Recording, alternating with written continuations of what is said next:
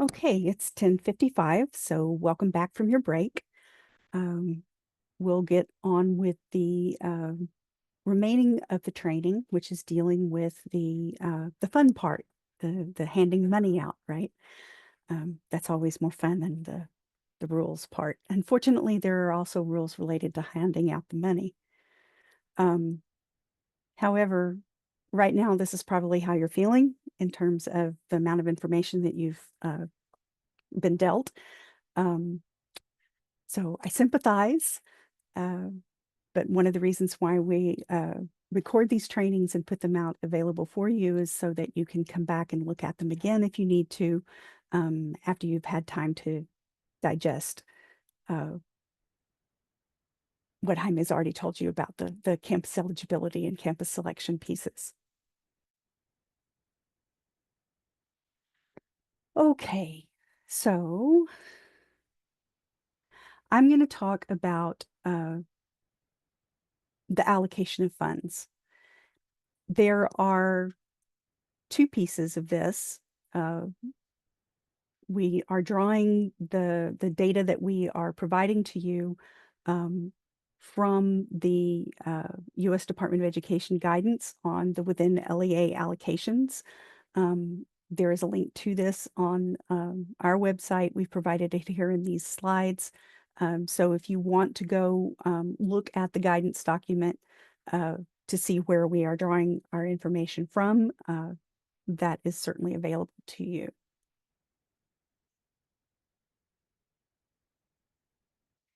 So as Jaime mentioned earlier, Title I Part A is essentially a campus-based program. LEAs that receive Title I Part A funds must operate either a school-wide program or a targeted assistance program at one or more of its campuses. The LEA can't simply operate Title I Part A from the district level. The LEA must make allocations to campuses, at least one campus, based on the number of low-income students at the campus.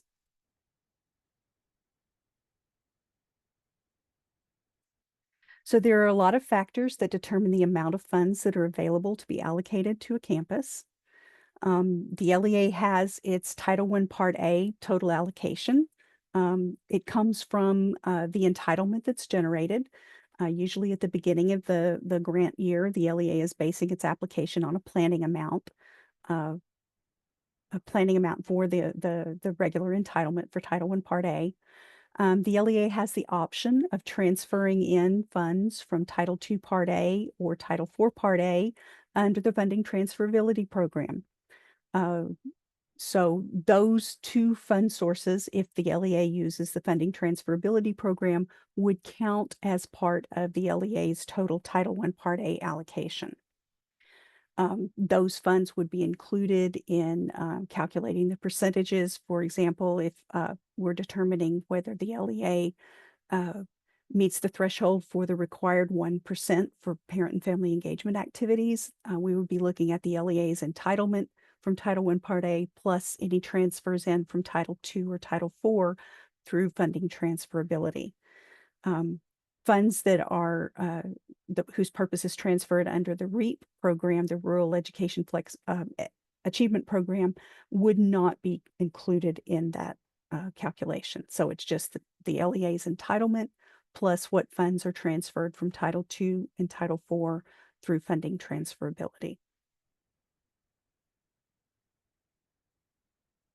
And you see that on the PS 3101 schedule for Title I Part A. You see in Part 1A, the first part, which is REAP, is only there for information. In Part 1B, this is the Title I Part A funds that are available for the LEA to use either through its LEA reservations or through its allocations to campuses. That includes the current year allocation funds from Title I Part A plus any funds transferred in under Title II or Title IV. So the amount on line 4, Part 1B, is what's used to calculate the percentages on the LEA reservation schedule on the PS 3101.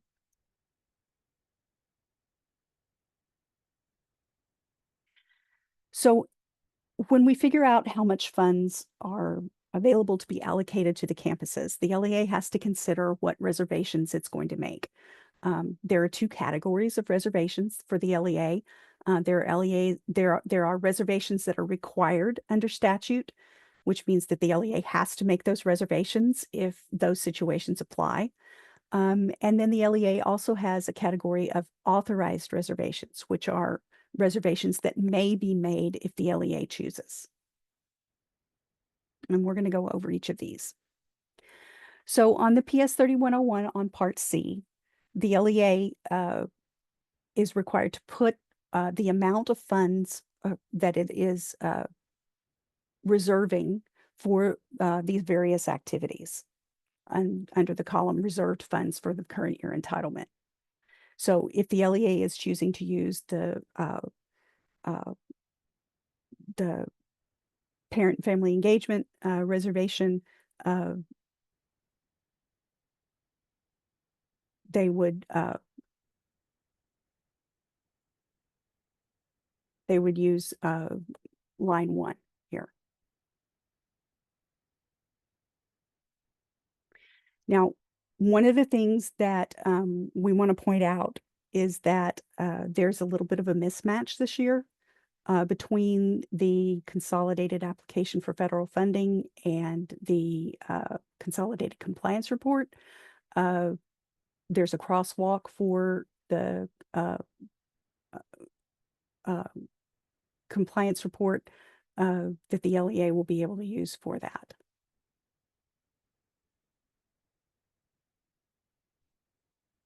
So let's talk specifically about the reservation of funds. The required reservations come from Section 1113, Section 1117, Section 1116 in the statute.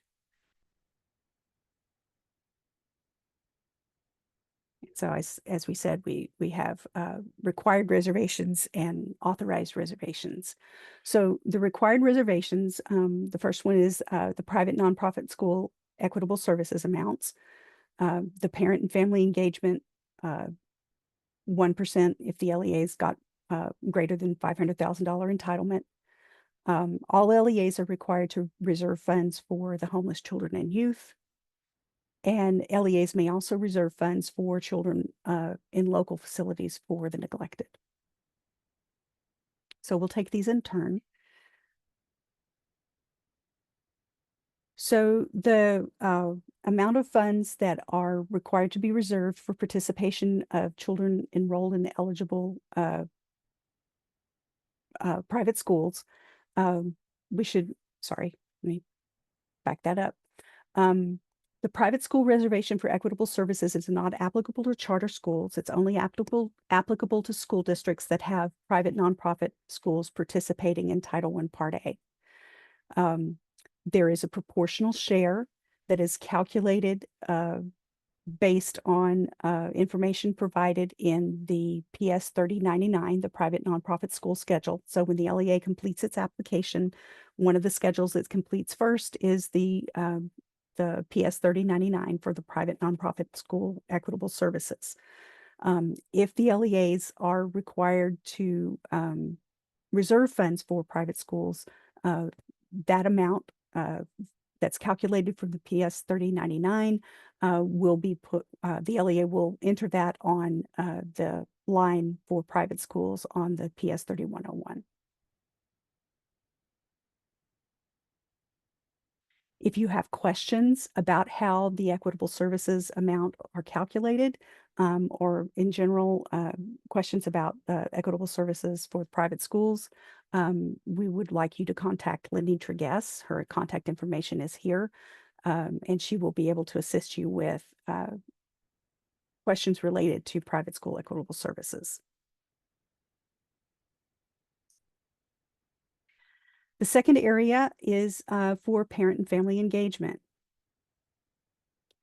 So if an LEA has a Title I Part A allocation of more than $500,000, that's either as a direct Title I entitlement or the Title I entitlement plus whatever has been added through funding transferability. If that exceeds $500,000, then the LEA is required to reserve at least 1% of that amount for PFE activities. And out of that 1% amount, the LEA is required to distribute at least 90% to its Title I Part A schools, with priority given to high needs schools. So the LEA can retain no more than 10% of that 1% for LEA level PFE activities. The LEA can reserve more than the 1% requirement if the LEA wants to retain more than that 10%. It's optional for LEAs that have a Title I allocation of $5,000 or less to reserve funds at the LEA level for PFE activities.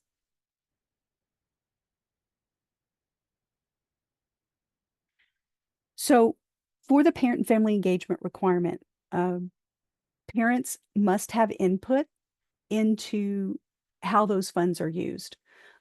So they must be involved in the decisions for how funds are reserved and how those reserved funds are allotted for parent and family engagement activities. The 90% that's distributed to campuses, those should be for activities that are jointly agreed upon by the school and the parent and family members of the children receiving services in that school. So there's a lot of input, coordination that needs to happen at the campus level to determine how those 90% funds that are distributed to campuses are used. The remaining 10% that is kept at the LEA level for PFE activities, those PFE activities must be jointly agreed on by the LEA and parent and family members of children across the LEA from those Title I Part A schools. And that feedback needs to be taken into consideration when determining how that 10% of the PFE activities, that 10% of the 1%, how that's supposed to be spent.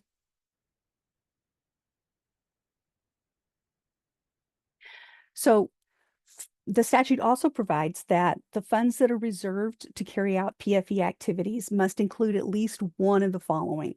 So there must be either some type of PFE related professional development at the district level. There must be some type of parent and family outreach at the district level, or there must be PFE best practices, information dissemination, collaboration with community-based organizations, or some other activity that's consistent with the LEA's PFE policy. So at least one of these things must occur with the PFE funds that are reserved at the district level.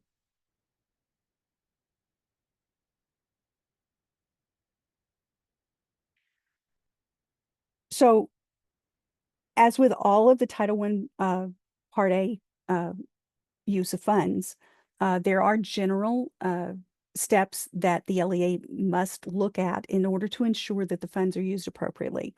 For example, funds that are reserved at the district level must only be used to benefit Title I Part A served campuses. So if the district has campuses that are not Title I Part A campuses, those campuses cannot benefit from the Title I-A reserved funds. The district would have to ensure that those reserved funds are only being used for Title I Part A served campuses. The exception to that would be for services to homeless children and youth. So homeless children and youth can receive Title I Part A services at any campus, regardless of their Title I Part A status.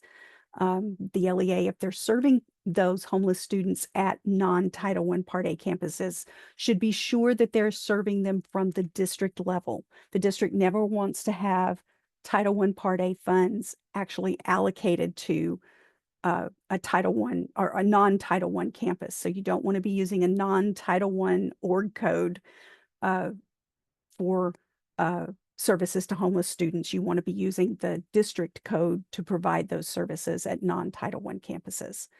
The other exception would be for services to students who are at local facilities for the neglected.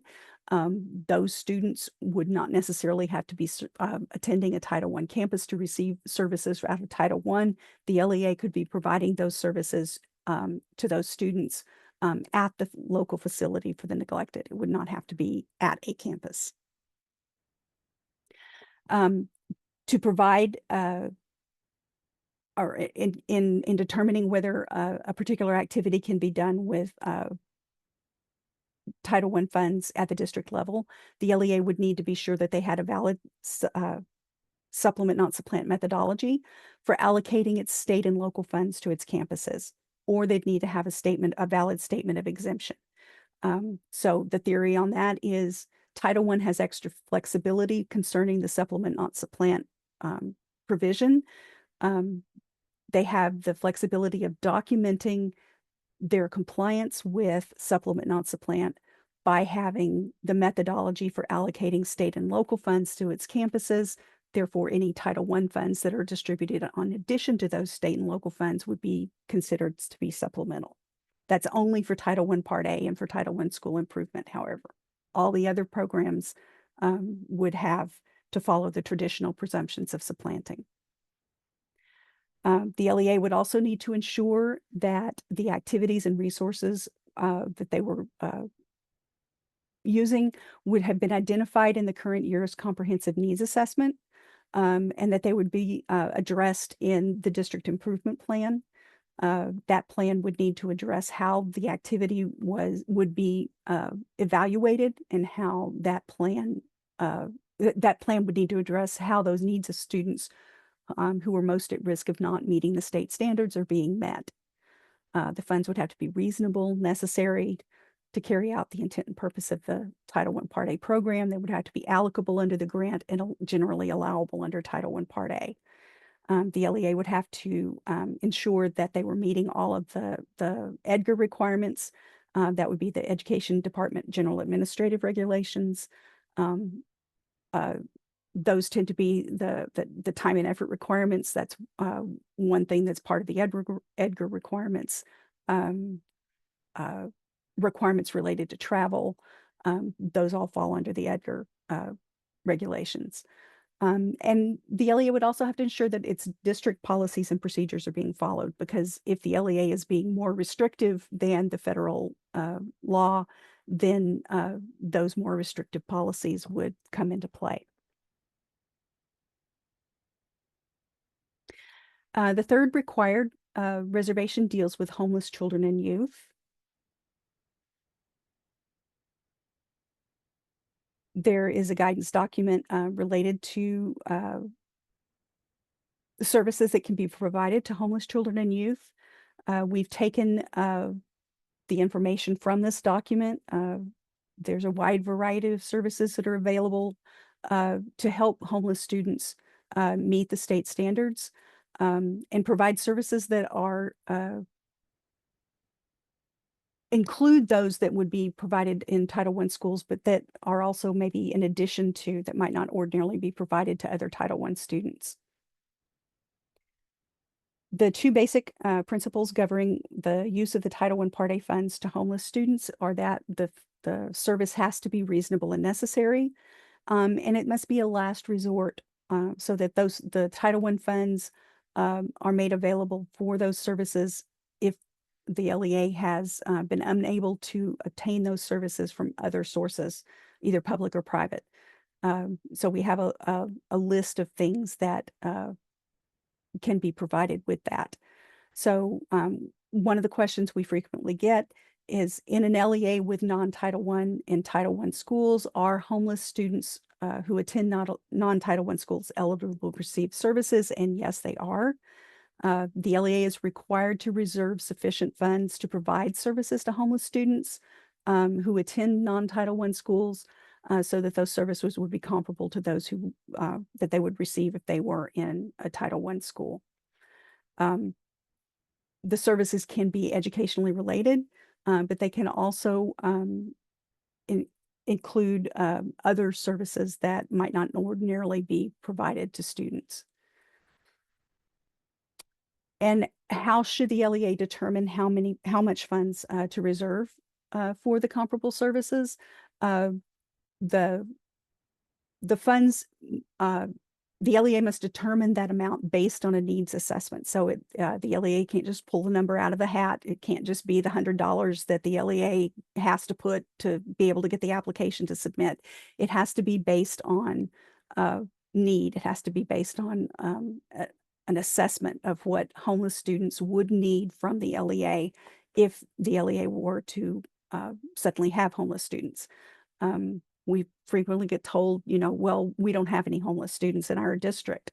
Well, you're a house fire away from having a homeless student in your district. And so one of the things that the LEA should do as part of this needs assessment is to consider if we suddenly had 2, 3, or 4 homeless students in our district, what would we need to be able to provide to them immediately? Because if you have students who become homeless in that kind of a circumstance, you don't want to have to take the time to do a needs assessment in order to determine what their needs are. You need to figure out what you would be providing.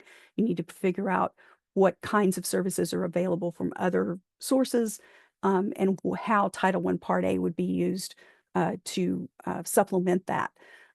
We've created a revised spreadsheet, a document that the LEAs can use to guide their needs assessment, something that they can maintain as documentation to show what they considered, what other fund sources they looked at, how they determined what their homeless reservation would be. And that is available through the link that is here. We neglected to put the link on the slides that you currently have, but we can replace that document, and you'll be able to have that. Jaime, if you are still on and you want to put the link to that worksheet in the chat so that they can have immediate access to it, that would be great. Thank you. So the statute doesn't prescribe a specific amount. However, they do specify that it is supposed to be based on a needs assessment.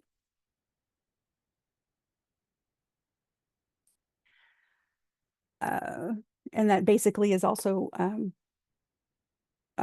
what we've just discussed with the use of funds document. The last category for the required reservations is for children who are in local institutions for neglected or delinquent, or sorry, local institutions for the neglected.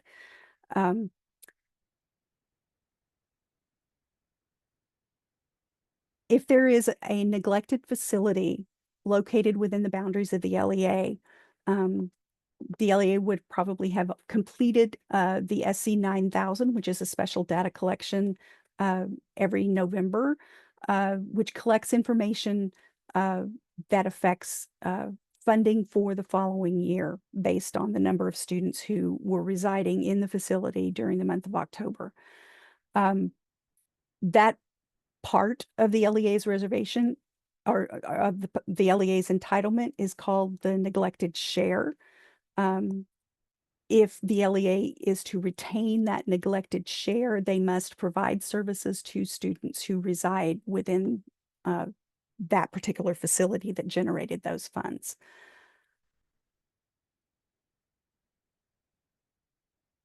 So if the LEA has an institution for neglected children within its boundaries, the LEA is required to reserve Title I Part A funds to provide comparable services to the students who are in the neglected institution. So there's a couple of ways this can happen. This can either be done through a reservation, which is like what we're talking about right now on the PS 3101. The LEA could reserve the funds to provide services to the students in the neglected facility. Or if the LEA, for example, if the LEA is operating a campus at the facility, which sometimes happens, the LEA could be providing those services as part of a campus allocation. And so just because the LEA has a neglected facility doesn't necessarily mean that it's going to be providing services through the reservation, but they would have to provide the services either through a reservation or through the allocation to the campus. So that would be done on the PS 3102. And the general use of funds for the reserved, for the LEA reservations would also apply. So those are the 4 areas of the required LEA reservations. And we're going to touch on the ones that are now authorized, which the LEA may choose to do. So the LEA may choose to provide services to students who are residing in local facilities for delinquent children. They may reserve funds for administration of the Title I Part A programs. There would be a section for the administration of the Title I program in general, which would include then the programs for students at facilities for neglected or delinquent. And there would be also a reservation line for the Title I, for the administration of the Title I programs for equitable services to private school students. There are also other authorized activities that the LEA can reserve funds for, including early childhood education to support schools that are in school improvement. There can be other coordinated services that the LEA could provide services for, such as summer school, professional development. So if the LEA is operating a summer school for its Title I programs, it could reserve funds for that purpose. If the LEA is providing professional development to all of its Title I elementary teachers, the LEA could reserve funds for that particular activity. It would just have to be something that the LEA was providing on a district level for its Title I campuses.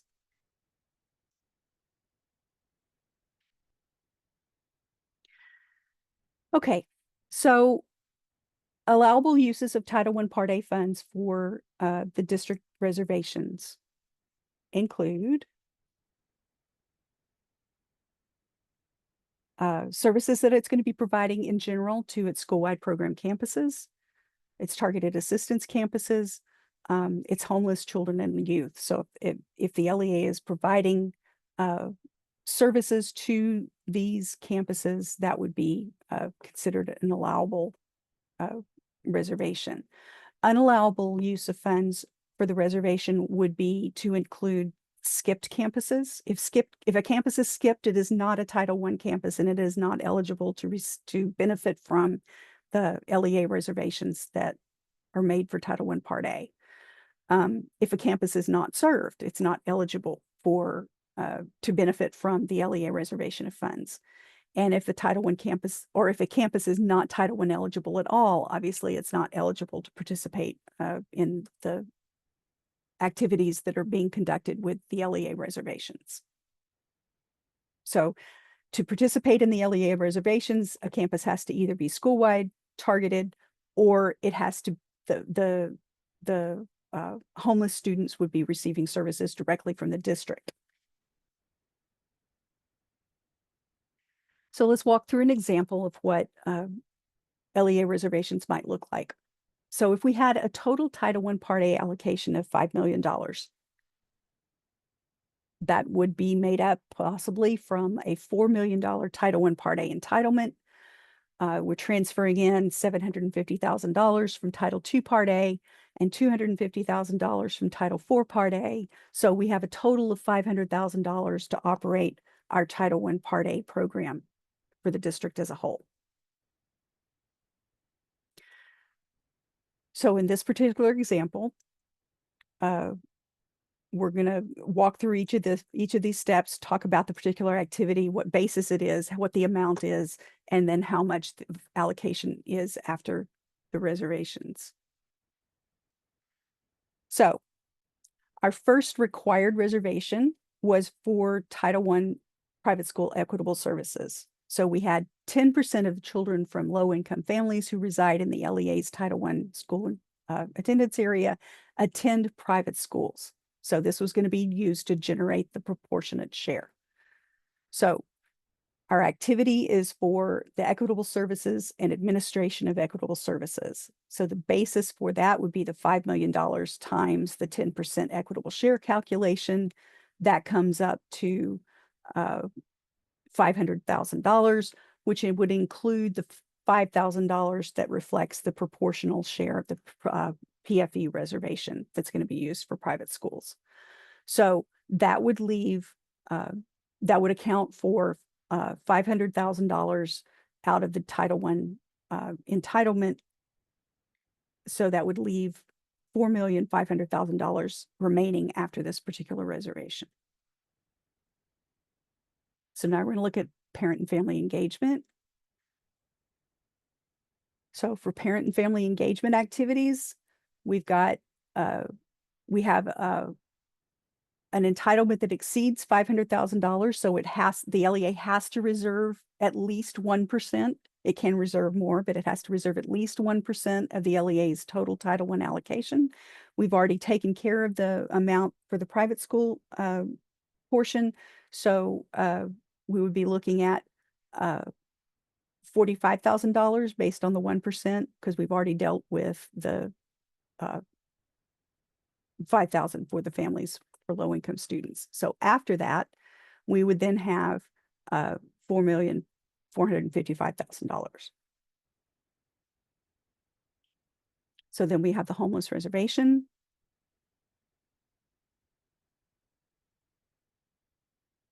So based on need, we've decided to reserve $525,000 for the children in local neglected facilities. We based that on a needs assessment. We reserved $325,000. So then after these two steps, we have $3,605,000.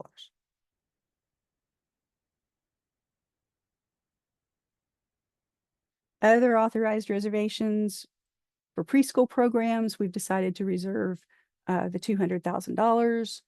For administration of Title I programs, we've reserved $405,000. So now we're ready to allocate funds to campuses. So after having figured out what required and authorized reservation of funds that we were going to make, now we're going to allocate funds to campuses. So we have a total of $3 million that we're going to allocate to our Title I Part A campuses in this example. And this is just an overview of the steps we just walked through. Now, one of the things that we need to note is that because Title I is essentially a campus-based program, if the LEA reservation exceeds 30% of the LEA's entitlement, that's sort of leaning toward being less of a campus-based program. So if the LEA reserves more than 30% of its entitlement, the agency may contact you for a justification for that particular fact. It's not that the LEA couldn't justify such a program, but the LEA needs to be prepared to give a reason for why more of the funds weren't being directed to the campus-based programs. So we've dealt with all of these other issues, and now we're going to talk about allocating funds to campuses. Jaime, am I stopping here? No, we can continue.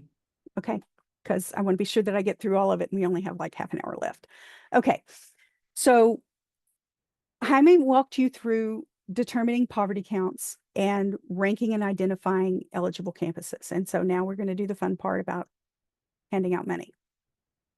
So when the LEA is allocating funds to eligible campuses, we need to think in terms of the amount per low-income student that an LEA will use to allocate the funds. So the LEA has a lot of flexibility, generally speaking, in determining what that amount per low-income student is. When we get to the 125% rule, there's a formula about how it has to be calculated. But outside of that, if the LEA is not using the 125% special allocation rule, the LEA has lots of flexibility to come up with what this number is. So whatever number the LEA chooses for its per pupil amount, they're going to multiply that amount times the number of low-income students at the campus to come up with the campus allocation. Now, I want to stress that it doesn't matter whether the campus is going to be a school-wide campus or a targeted assistance campus. The LEA would get the campus would get the same campus allocation, because the amount per low-income student, whatever the LEA determines, is being multiplied by the number of low-income students. It's not being multiplied by the number of students served. So a school-wide campus doesn't get to multiply that number by its entire enrollment because it's a school-wide. They get to multiply it by the number of low-income students. if that same campus was going to operate a targeted assistance campus, it would multiply the per pupil amount by the number of low-income students, not by the number of students who was going to be served at the targeted assistance campus. So it's important for the LEA to understand that. So in this little example that we have here, if the LEA is going to choose $1,500 as its amount per low-income student, this particular campus has got 250 total students, 195 of them are low income. The LEA is going to multiply the $1,500 times the 195 low income students to get $292,500 for the campus's Title I Part A allocation. So amount per low income student times the number of low income students gives you the campus allocation. And the LEA gets to select, generally speaking, the amount per low income student. So when the LEA is figuring out how to do the campus allocations, they can either do it on a district-wide basis, so do it the same way for all campuses, or the LEA can choose to group campuses below or 75% and below by grade span, or if the district is serving any campus that is below 35%, then the 125% rule will kick in. We'll talk about that later. So I want to talk first about just the LEA-wide basis. So we're determining campus allocations based on the district as a whole. Okay, so here's my district. I have a campus at 78%, a campus at 70%, a campus at 65%, and a campus at 38%. I can choose as a district to have either the same amount at all of my campuses, the same amount per low-income student, or I can do a graded scale version. So my campus at 78%, I'm going to give $1,500 per low-income student. My campus at 70%, I'm going to give $1,100 per low-income student. At 65% and below, I'm going to give $800 per student. So you see this trend. As the campuses go down in rank order of poverty, the district is giving them a lower amount per low-income student, okay? So that's a trend that we need to understand. They can either have the same, or they can, go down according to poverty percentage, but you can't give, generally speaking, a higher per pupil amount to a lower poverty school. So let's look at weird animations. Okay, so I have a chart here where I have the public school, the grades served, the enrollment, the free and reduced price lunch, low-income students, the poverty percentages. Okay, so the LEA would want to develop and maintain a spreadsheet similar to this when figuring out what its campus allocations are. So this particular example, we've got it rank ordered based on the poverty percentage. So it's highest to lowest based on poverty. The LEA's low income percentage is calculated by dividing the students who are eligible for free and reduced price lunch by, or whatever poverty measure the district is using. So the low income students for the district divided by the total enrollment of the district, that's going to give you the LEA's low income percentage.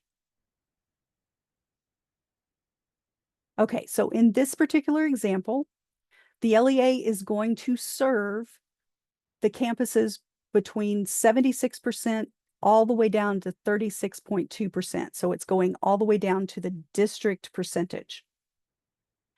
You can see here that there would be two campuses that are technically eligible for services because they're above 35%, but the district has chosen to stop at a particular point. That's the district's prerogative. They do not have to keep going until they run out of eligible campuses. The district, if they're serving in rank order from highest to lowest, they can come down this list until they feel like they can't maybe operate a decent program for the amount of money that's left. We're going to stop. This is as far down the list as we're going to go. The district has the option to stop where it needs to go on the list. So these two campuses, they're eligible, but they're not going to be served. So they would be marked on their SC 5000 as not served. These campuses that are ineligible would also be marked on the SC 5000 as not served. So there wouldn't be any distinction between these eligible but not served, but ineligible campuses. They'll be treated the same way on the SC 5000. So these are the campuses that are being allocated funds. And here we have the $1,500 per low income child is going to the campus that's above 75%. If you multiply 456 times 1,500, you'll get $684,000. The campus between or the campuses that are below, generally speaking, they're getting $1,100 per low income student. The one that's at 47.1 is getting just a little bit more. Oops, let me back up. Just getting just a little bit more. That's okay. It doesn't have to be the same amount. Just it can't get more than the campus at 76. We can't give the campus at 46.3 more than we gave the campus at 47.1. So you'll see that the per pupil amounts also descend in rank order.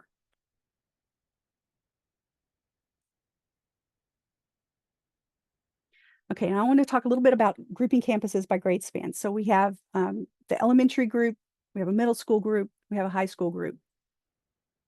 Generally speaking, those are the grade spans that fall within them.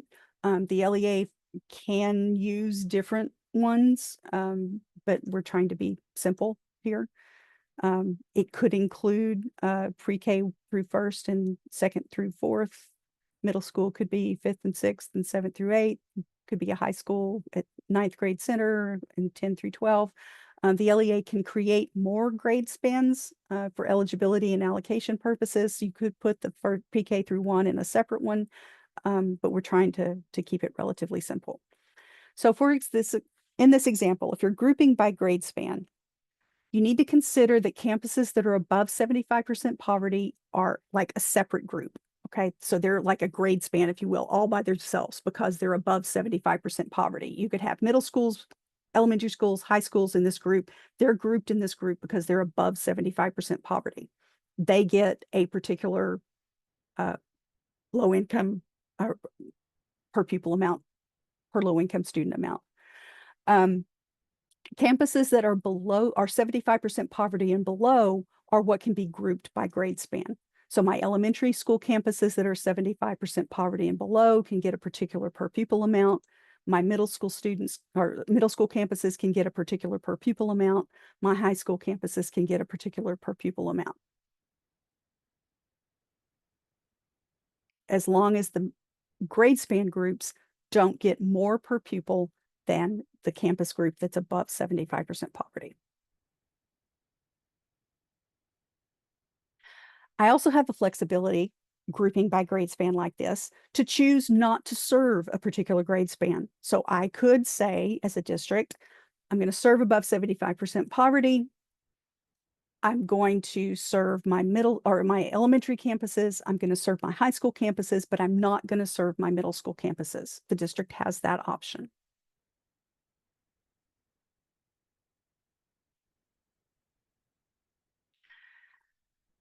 So within a grade span, so say I had my campus above 75% poverty, I'm serving at $1,500 per low income student. My middle school grade span, if I decide to serve that middle school grade span, I can differentiate between the campuses within that grade span. I can either give them all the same amount. I can give them a lower amount for the lower poverty schools, as long as I don't give a lower poverty campus a higher per pupil amount within that grade span.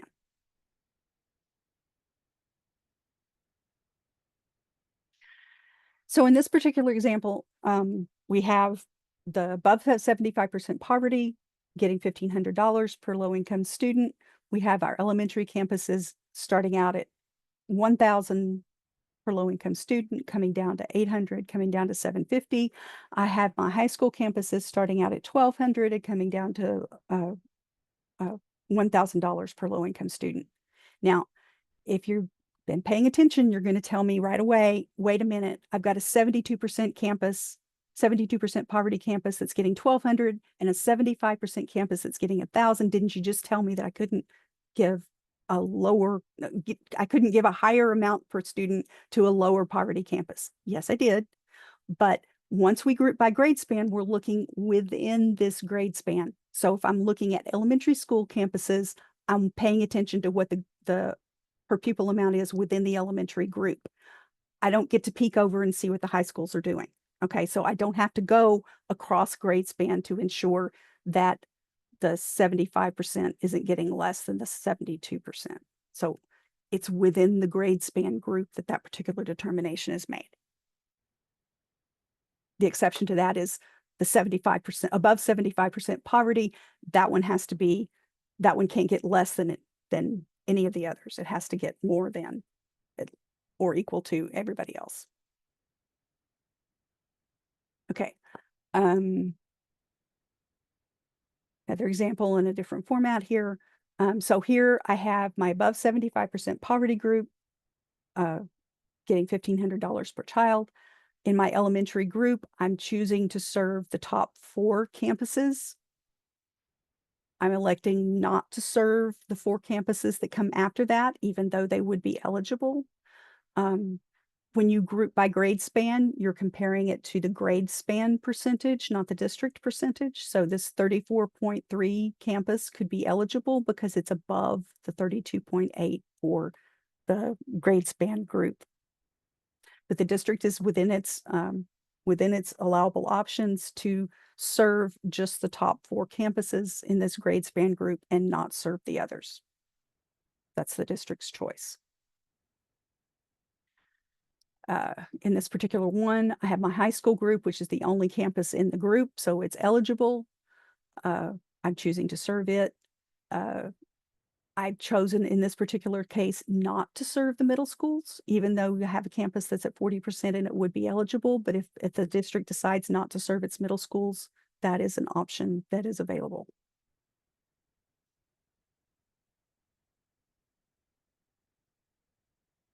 Here's another example. I have my above 75% poverty school is served. I am choosing to serve, oops, one too many clicks. I am choosing to serve these other campuses in rank order within each grade span. So that's consistent with the rules that we have just discussed. Okay, now we're going to throw the wrinkle of the 125% rule in here. So 125% rule kicks in situations where the district is choosing to serve a campus that is below 35% poverty. So in a case where the district percentage is 30%, the district has the option to serve down to 30%. So if it serves this campus that's at 31, it's going to trigger the 125% rule because the district is serving a campus that's below 35% poverty. So we mentioned earlier that when that happens, statute dictates how the per pupil amount is calculated. So the district, once the 125% rule kicks in, the district doesn't have a choice about, well, it doesn't have a choice about the minimum amount that it can give to campuses. So let's talk about what that's going to look like. Why is it called the 125% rule? It's called the 125% rule because once it's triggered by serving a campus that's below 35%, every campus that the district serves with Title I Part A funds has to get at least 125% of the LEA's per pupil amount as calculated according to the statutory formula. So how we do that? Statute says that to calculate the 125%, you take the LEA's total Title I Part A allocation before any reservations were made, so that amount of money, and you divide it by the number of public school and private school low-income children. That gives you a per pupil amount, which you then multiply by 1.25. So what does this look like? If we have an example where the total Title I allocation before any reservations were made was $2,500,000. The total public and private school children from low-income families is 1,243. Based on the statutory calculation, you'd take the $2,500,000, you'd multiply it by, you'd divide it by 1,243, and you would get $2,011.21. You take the $2,011.26. You'd take that amount of money and you'd multiply it by 1.25, and you would get $2,514.08. Now, what's weird about the 125% rule is that if you come up with cents, don't drop them. Do not round down. You round up, regardless of what the rounding rules are about less than 5, whatever. If you have cents for the 125% rule calculation, you have to go up, not down. So the district would want to use $2,515 as its per pupil amount. So it would take the 2,515, and it would, because you want it to be at least this amount of money. Okay, so that's why you don't drop the cents, because if you drop the cents, it wouldn't be at least that amount. It would be less than that amount. So I'm going to give this amount per low-income student to all of my Title I campuses, not just the one that triggered the low income, the 125% rule. So here's what this would look like. You would take the low income students multiplied by the 2,515, and that would give you the allocation for each of the campuses that is being served by this district. Now, the last district on the list, yes, it has a different amount of money, and it is less than the minimum amount that got calculated. But the statute provides that for the last served campus, the LEA can give a lesser amount if it feels that it can still operate a Title I, a decent Title I Part A program at that campus. So rather than not serve the campus at all, the district is choosing to give this campus, this last served campus, a lesser per pupil amount, but that's allowable under the statute.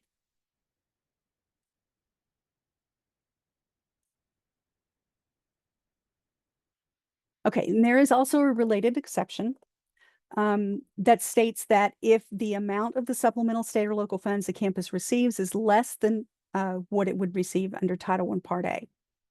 So if the amount in state or local funds is less than what it would receive under Title I Part A, the LEA allows the LEA to reduce the amount of Title I Part A funds to the campus by the amount of supplemental funds that it spends on programs to meet the purpose of Title I Part A. So that in a nutshell are the rules for allocating funds to campuses. I want to talk a little bit about some of the campus selection reviews that we do. And also, I hope I have time to go through an example spreadsheet to show you some of the things that we find when we were reviewing the allocations during the validation process. So the SE 5000 reviews that we do, we started doing them because grants administration streamlined the negotiation process. So it limited the amount of things that were checked on the application before it was approved, before it was no-good. So the SE 5000 is actually no longer reviewed during the negotiation process because that slowed it down considerably. We wanted the LEAs to be able to get their no-goes and get their programs started. So the review of the SE 5000 shifted to the post-award timeframe. We do feel like that we have to do some kind of check on the SE 5000 just to be sure that the LEA doesn't get itself in trouble by allocating Title I funds to a campus that's not eligible to be a Title I campus. So we feel that we need to do our due diligence to ensure that LEAs aren't going down the wrong path with that. So we look at basic Title I eligibility, whether the campus is eligible for Title I funds. We look and see that the school-wide campuses, the campuses that are marked as school-wide, are actually eligible to be school-wide campuses.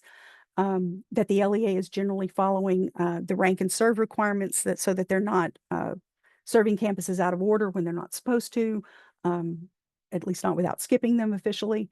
And then we also look at the supplement, not supplant statement of exemption to be sure that the LEA is eligible for the statement of exemption that it's claiming. We look at those between September or during the month of September. Usually by the end of the month, we export the data to look at. We crunch numbers and run queries against it to see where the outliers are, where problems seem to pop up, and we will be notifying LEAs of any deficiencies that we find by the end of November, so that the LEA can complete the correction process. We ask them to submit a draft amendment through the work app. We review the draft amendment, and then once we've agreed that if the LEA fixes it that particular way, then we tell the LEA, yeah, go ahead and submit the amendment in eGrants and it can be processed. So we try to get the SC 5000 reviews done and wrapped up by the end of January. I want to touch briefly on the issues that we found during the validation process.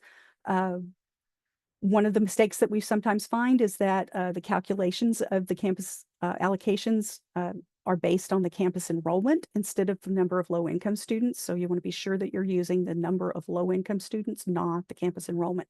The only time that would be the same is if you had 100% low-income students. We find that there are frequently rounding issues that are built into the spreadsheets that can cause some problems. I've got an example here I'm going to show you in just a minute. There can be a mismatch between the SC 5000 and the spreadsheet that's submitted that the LEA uses to calculate the campus allocations. Whatever data is on the spreadsheet, that's the data that the LEA needs to use to calculate the campus allocations. So if the enrollments need to match, the LEA needs to use the number of low-income students that it used to generate the poverty percentage that it reported on the SC 5000. So we need to be dealing with the same data set. Some of the issues that we find are directly related to ignoring your math teacher's advice about checking your work. You always want to check your work. You always want to check your spreadsheet. Excel is your friend, except when it's not. Sometimes formulas don't do what you think they're doing. We found sometimes that LEAs were grouping by grade span above 75% poverty, and that's not allowed according to statute. Campuses that are above 75% poverty are supposed to be served in rank order. So the LEA doesn't have the option to group by grade span above 75% poverty. Sometimes the 125% rule is not applied correctly. And if I had you in person, we would be doing this as like a table activity or whatever, but since I don't, I'm going to call up, assuming I can find it. Ah, my mouse disappeared. There it is. Okay. So forgive my blur here. Can you see that? Jaime, am I sharing that correctly? Yes. Okay, so here is a sample spreadsheet. You could just increase the size a little bit. Oh, picky. Yeah, I can do that. Maybe.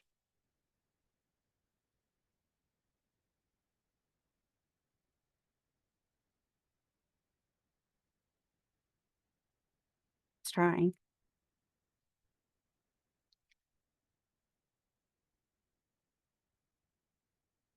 Okay, that's as big as I think I can make it.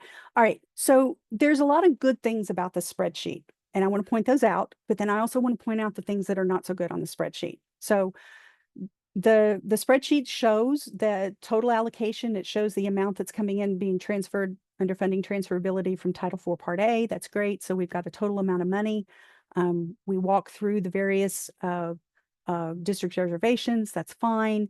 We've got a total amount of money minus the district reservations, minus the indirect costs, and so we come up with an amount of money that's going to be allocated to campuses. All that's great. The LEA has decided that it's going to use the $634.25 for a per pupil amount above 75%, and it's got a different per pupil amount for below 75%. On paper, that's fine.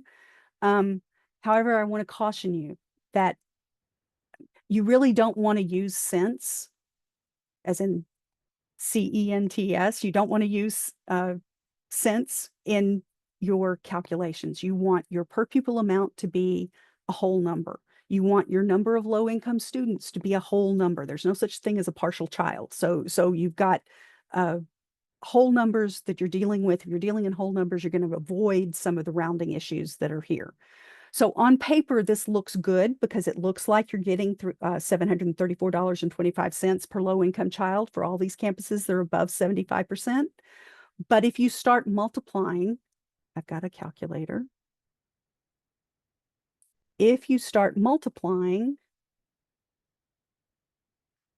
we'll start at the top here. 535 students times 634.25 doesn't give me the same amount as what's listed here on this particular spreadsheet. Okay. That's a problem because the LEA is not giving the campus the amount of money that is actually supposed to be being generated here. So let me do one more. So if we do 314 and we multiply it by 634.25, that doesn't give me the same amount as here.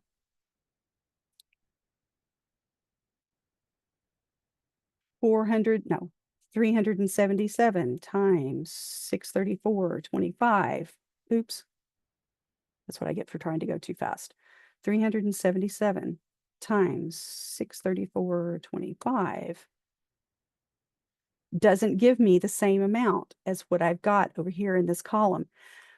Why this is an issue is if we turn this around the other direction and we say, I've got $339,000 and $63. If I divide that by the number of low-income students, 535, that should give me the per pupil amount. But as you can see, it doesn't give me the per pupil amount that is listed. This becomes a problem. So if you just jot down beside, okay, $633.76, all right? That's what I'm giving my highest ranked campus per low-income kid. If I do 199,165 divided by 314, I'm giving $334.31 and change to the next lower campus. I'm giving more per pupil to the lower poverty school, and that's gotten hidden in this particular format of the spreadsheet. Now, I couldn't tell whether the formula, if it's a problem with the formula or a problem with the rounding, but I can almost guarantee you that it's a problem with the rounding, probably because they think that by taking the formatting for this down to 25 cents, that it only is doing a 2 decimals, but the decimal continues and it keeps hiding in the formulas and it throws everything off. So you can end up, like this district, having campuses that are lower poverty that are getting a higher per pupil amount, which is in direct violation of the way it's supposed to work in statute. Okay, so I know that was too fast. We'll close that. Where did it go? Oh. Okay. So the LEA needs to consider all of these things while they're doing their spreadsheet. So you need to be sure that the campus list on the SC 5000 matches the most recent FC 5000. You need to be sure that the labeling is clear. Other things besides Title I campus allocations could be on the spreadsheet, but you need to be sure that it's labeled correctly because your auditor needs to be able to know which funds you're talking about. To avoid the rounding issues, please use the whole numbers. You can take, as we saw in some of the earlier examples, you can take the difference out of either the highest one. If it's too much, you can give them extra. If it's not enough, you can take it off the one that's at the bottom. So there's ways of dealing with that that don't require having rounding issues. And please check your math, because if X times Y doesn't, if you can't back it out and get the same number that you started with, it's a problem. Okay. I think we're out of time. I have a list of resources that are also available. There are links to these through the rest of the presentation. Your education service centers are great resources for you as you're trying to work through these. Also, if you have a particular question about eligibility or allocations, you are welcome to email us at ESSA support. We're happy to set up a call and talk about your particular situation, because I know that in doing this, some of the things we talked about may not apply to you. Some things that do apply to you, we may need to talk about a little bit more depth. We're happy to do that. Just give us a call or an email, and we'll set something up with that. So that's all the time that we have. If you would please take the opportunity to give us some feedback on this presentation, we would greatly appreciate that. We do take your input into account as we try to design new and improved presentations to help you. So if you can let us know what worked for you, what didn't work for you, what you need instead or in addition to, we would really appreciate that. Jaime, did you have anything else? That is it. Thank you for joining us.